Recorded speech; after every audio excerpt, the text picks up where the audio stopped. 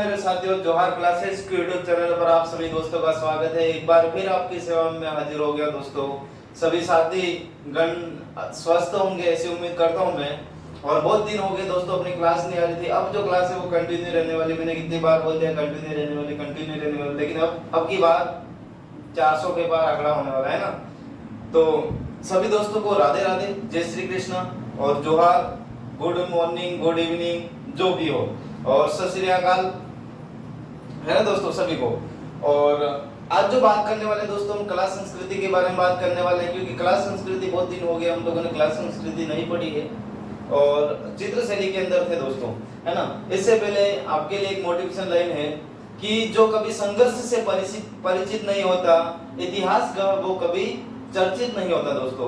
जो कभी संघर्ष से परिचित नहीं होता, इतिहास गवाह है, वो कभी चर्चित नहीं होता दोस्तों, है ना। आपको जीवन में संघर्ष ही करने हैं। जब तक आप संघर्ष से नहीं गुजरोगे तब तक आप अपनी तैयारी को और बेहतर नहीं बना पाओगे दोस्तों, है ना। तो अपने जीवन में संघर्ष जरूर लाइए। नहीं आ रहे तो भी खींच के लाना, रगड़ के लाना, है ना। तो संघर्ष लाने जरूरी है जीवन में। जब तक संघर्ष दुख नहीं आएगा तो हम लोग तब तक हम कुछ भी नहीं कर पाएंगे तरह में। तो चलो ठीक है दोस्तों, आरंभ करते हैं। आज क्लास का शुभारंभ करते, बहुत दिन हो गए हैं और हम चित्र शैली के अंदर चल रहे थे। मेरे हिसाब से मैंने जयपुर चित्र शैली आपको करवा दी थी दोस्तों। आज जो बात करने वाले हैं हम लोग अलवर चित्र शैली के बारे में बात करने वाले हैं। अलवर चित्र शैली कौन सी? अलवर दोस्तों, अलवर शैली, अलवर शैली, है ना। अलवर शैली। अब देखो, अलवर शैली का जो प्रारंभ करता है दोस्तों, अलवर शैली का प्रारंभ करता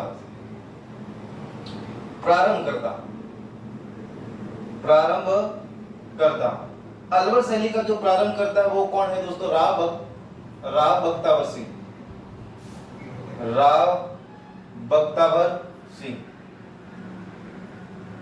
के द्वारा। किसके द्वारा किया गया? राव बख्तावर सिंह के द्वारा। कहां पर किया गया? ध्यान रखना दोस्तों, राजगढ़ के महलों में। राजगढ़ के महलों में।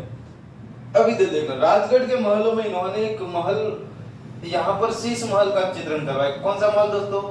शीश महल का चित्रण करवाया। शीश महल का चित्रण करवाया। यहीं से क्या होता है तो ध्यान रखना दोस्तों, यहीं से क्या हो जाता है तो ध्यान रखना, यहीं से अलवर चित्र शैली का क्या माना जाता है? प्रारंभ माना जाता है। यहीं से क्या माना जाता है? अलवर चित्र शैली का प्रारंभ माना जाता है। अलवर चित्र शैली का प्रारंभ करता कौन है दोस्तों? तो राव बख्तावर सिंह के द्वारा किया गया। कहां पर किया गया? कहां से किया गया? राजगढ़ के महलों में शीश महल का चित्रण करवाया गया था। वहीं से अलवर चित्र शैली का क्या माना गया दोस्तों? प्रारंभ माना गया है ना। आगे चलते हैं दोस्तों, बात करते हैं स्वर्णकाल। महाराजा विनय सिंह। स्वर्णकाल किसके शासनकाल को माना जाता है? महाराजा विनय सिंह का जो शासनकाल रहा दोस्तों, इसके शासनकाल को क्या माना जाता है? स्वर्णकाल। मैंने बता रखा, जिसके शासनकाल में सर्वाधिक अगर चित्र बने होंगे तो उसी शासक के शासनकाल को क्या माना जाएगा दोस्तों? स्वर्णकाल माना जाएगा, है ना। आगे चलते हैं। अब जो बात करते हैं कि अलवर चित्र शैली के अंदर ऐसा क्या है, ध्यान रखना, यहाँ पर सर्वाधिक चित्रण किसका हुआ दोस्तों? सर्वाधिक चित्रण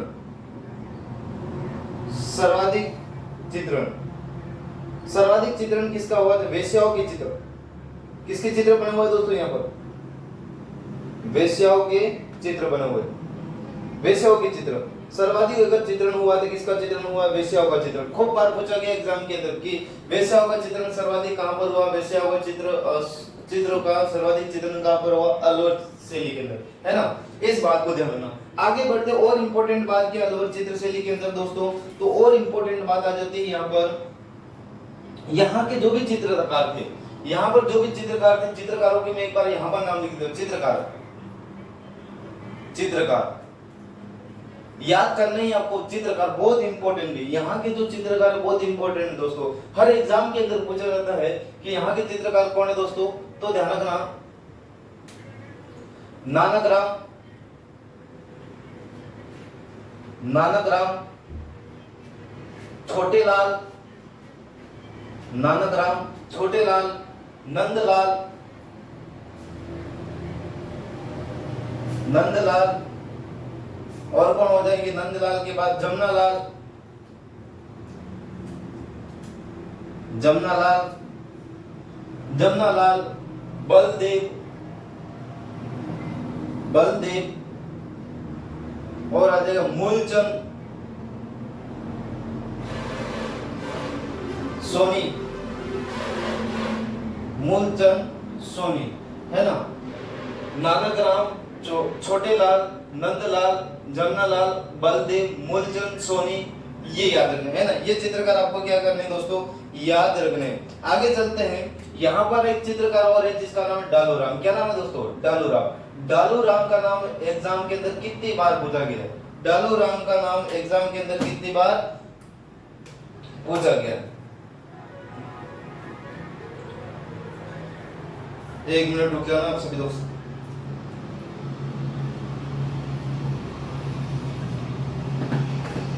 डालूराम, इसका नाम एग्जाम के अंदर खूब बार पूछा गया है, इसीलिए मैंने सबसे ऊपर लिखा और सबसे अलग लिखा इसका नाम।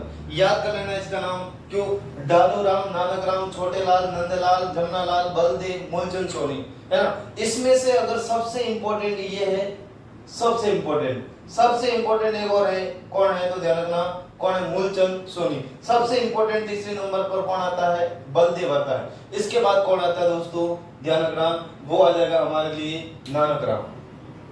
ये याद करना ही आपको, कैसे भी याद करना। अपने गांव के 10 आदमियों के आपके नाम याद होंगे, अमरालाल, जमुनालाल, है ना, हीरालाल, रामलाल, ऐसे। तो यहाँ पर भी लाल है, लाल लाल से नाम से याद करना। आगे चलते हैं दोस्तों।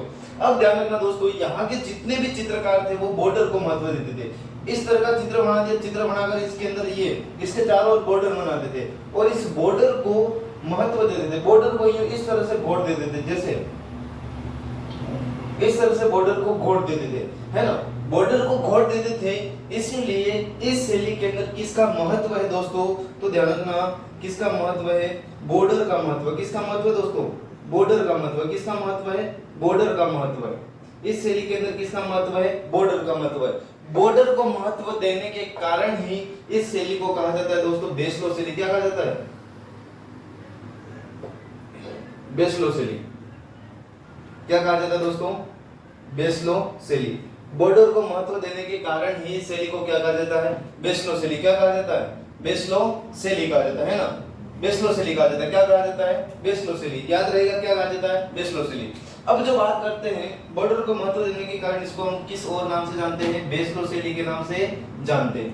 अब ये ध्यान रखना, आगे बढ़ते हैं, आगे बढ़ते हैं। यहाँ पर एक चित्रकार है दोस्तों, मूलचंद सोनी। क्या नाम है, मूलचंद सोनी। यहीं से तीर मार लेता हूँ, मूलचंद सोनी। चित्रकार का नाम क्या, मूलचंद सोनी। इसने हाथी दांत पर चित्रकारी की थी, हाथी दांत पर चित्रकारी। ये हाथी दांत पर चित्र करने वाला कौन है दोस्तों, मूलचंद सोनी। नाम याद रखना, अभी भी बोल रहे हो, नाम याद रखना, मूलचंद सोनी का नाम याद रखना। कहां से, अलवर से, अलवर से, अलवर से। 10-15 बार बोल दो, अपने मुंह के अंदर याद हो जाएगा। हाथी दांत पर चित्रकारी करने वाला कौन था, मूलचंद सोनी। एक नाम और है बलदेव दोस्तों, यहाँ पर एक नाम और कौन हो जाएगा, बलदेव। और इस बलदेव ने क्या किया दोस्तों, गुलिस्तान नामक पुस्तक लिखी। गुलिस्तान नामक पुस्तक लिखी। क्या लिखी, गुलिस्तान नामक पुस्तक लिखी। इस बात को याद रखना, कौन सी पुस्तक लिखी, गुलिस्तान नामक पुस्तक लिखी। हाथी दांत पर चित्रकारी, मूलचंद सोनी। कितनी बातें याद रखनी, सुन लो। प्रारंभ करता कौन था, राव बख्तियार सिंह। कहां से किया, राजगढ़ के महलों में, है ना। राजगढ़ के महलों में एक महल बनवाया, चित्र शीश महल, और शीश महल से क्या माना जाता है, अलवर शैली का प्रारंभ माना जाता है ना दोस्तों। इसके बाद हम लोगों ने बात की स्वर्णकाल। किसके शासनकाल को स्वर्णकाल माना जाता है, तो महाराजा विनय सिंह के शासनकाल को क्या माना जाता है दोस्तों, स्वर्णकाल माना जाता है ना। इसके बाद हम लोगों ने बात की कि यहाँ पर देखा जाए, और क्या बात की थी कि सर्वाधिक चित्र यहाँ पर वेश्याओं के बने हुए। अलवर शैली के अंदर सर्वाधिक चित्र किसके बने हुए, वेश्याओं के। अब जो बात की थी, इसके बाद हम लोगों ने यहाँ के जो चित्रकार थे वो किसको महत्व देते थे, बॉर्डर को महत्व देते थे। इसीलिए इस शैली को बेस्लो शैली के नाम से जाना जाता है। है ना। अब जो बात की जाती है यहाँ पर चित्रकारी करने वाले कौन कौन, डालू राम, नानक राम, नंदलाल, छोटे लाल, जमुना लाल, इनका नाम याद रखना, बलदेव, मूलचंद सोनी। मूलचंद सोनी ने क्या किया था, सोनी ने क्या किया था, तो हाथीदांत पर चित्रकारी, बलदेव ने गुलिस्तान नामक पुस्तक लिखी। इतनी बात की है, आगे चलते दोस्तों। स्क्रीनशॉट लेना तो ले लो आप फटाफट, जल्दी जल्दी मारो, है ना, ले लिया हो, चलते आगे।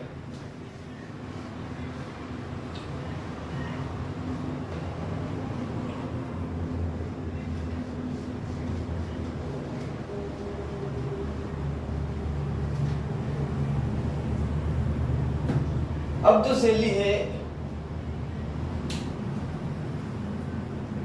अब जो शैली है वो कौन सी हो जाएगी, ओनियारा। ओनियारा शैली, ओनियारा शैली कौन सी शैली दोस्तों, ओनियारा शैली। अब देखो ओनियारा शैली, ये पहले ओनियारा जयपुर राज्य का ठिकाना था। क्या था, जयपुर राज्य का ठिकाना। ओनियारा किसका ठिकाना था, पहले जयपुर राज्य का ठिकाना।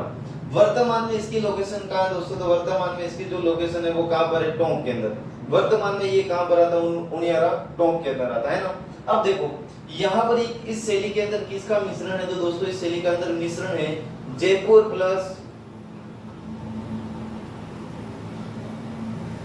प्लस बूंदी शैली का। जयपुर प्लस बूंदी शैली का क्या है, मिश्रण है ना। इसके बाद देखा जाए इस शैली के अंदर उत्कृष्ट चित्र किसके बने हुए, उत्कृष्ट चित्र किसके बने हुए, सर्वाधिक अच्छे चित्र किसके बने हुए हैं यहाँ पर, राम सीता प्लस हनुमान जी के, बजरंगबली जी के, हनुमान जी के क्या बने हुए यहाँ पर, उत्कृष्ट चित्र बने हुए यहाँ पर इस शैली के अंदर महत्व। अब जो बात आती है वो क्या बात आती है, तो दोस्तों इधर देखना कि यहाँ के चित्रकार, सबसे इंपॉर्टेंट बात ये है कि यहाँ पर इतना ही प्रश्न पूछा जाता है। यहाँ से क्या पूछा जाता है, पहले कहां पर था इसकी लोकेशन, ये तो कम पता, ओनियारा है कहां पर, टोंक के अंदर। अब देखना चित्रकार, यहाँ के चित्रकार कौन है दोस्तों, चित्रकारों के नाम याद रखना। यहाँ के चित्रकार कौन है, तो धीमा, मीर बख्श और हो जाएगा उगमा। ये 3 व्यक्तियों का नाम याद रखना दोस्तों, धीमा, मीर बख्श। सबसे ज्यादा पूछा गया मीर बख्श कहां का चित्रकार है, सबसे ज्यादा ये पूछा गया मीर बख्श कहां का चित्रकार है, तो ध्यान रखना ओनियारा शैली। और सबसे ज्यादा और क्या पूछा गया यहाँ से, तो ये कहां पर है, टोंक के अंदर। इसके अलावा कोई भी मगजमारी नहीं करनी है आपको, याद हो सके तो याद कर लेना, बाकी ठीक है ना। मिलते हैं, अब जो मिलेंगे दोस्तों कल है अपनी चित्र शैली निपटा देंगे, इसके बाद और नया टॉपिक लेंगे आर्ट एंड कल्चर के अंदर। ये ध्यान रखना, क्लास को शेयर करना, लाइक जरूर करना दोस्तों। आपके लिए इतनी मेहनत कर रहा हूं तो आप भी एक लाइक और शेयर करने में आपको कुछ नहीं जाता दोस्तों, तो लाइक को, क्लास को लाइक कर देना, शेयर कर देना और अपने दोस्तों तक शेयर कर देना। क्लास अच्छी लगे तो और दबा के शेयर करना और दबा के लाइक ठोकना, नहीं लगे तो भी लाइक करना। इधर भी कूदो तो भी खाई, उधर कूदो तो भी खाई, दोनों तरफ खाई, है ना। तो मुझे बताना कमेंट बॉक्स के अंदर की क्लास आपको कैसी लगी। और अपन और भी हिस्ट्री की क्लास में डालता रहूंगा, हिस्ट्री की क्लास भी कल से आ जाएगी आपकी, और आर्ट एंड कल्चर की दोनों क्लासें आपकी कंटिन्यू रहेगी, ज्योग्राफी भी कंटिन्यू रहेगी, और थोड़े दिनों के बाद आप लोगों की पॉलिटिकल भी क्लास लग जाएगी या रीजनिंग की लगाएगी, है ना। तब तक के लिए आप सभी दोस्तों से मैं विदा लेता हूँ, धन्यवाद।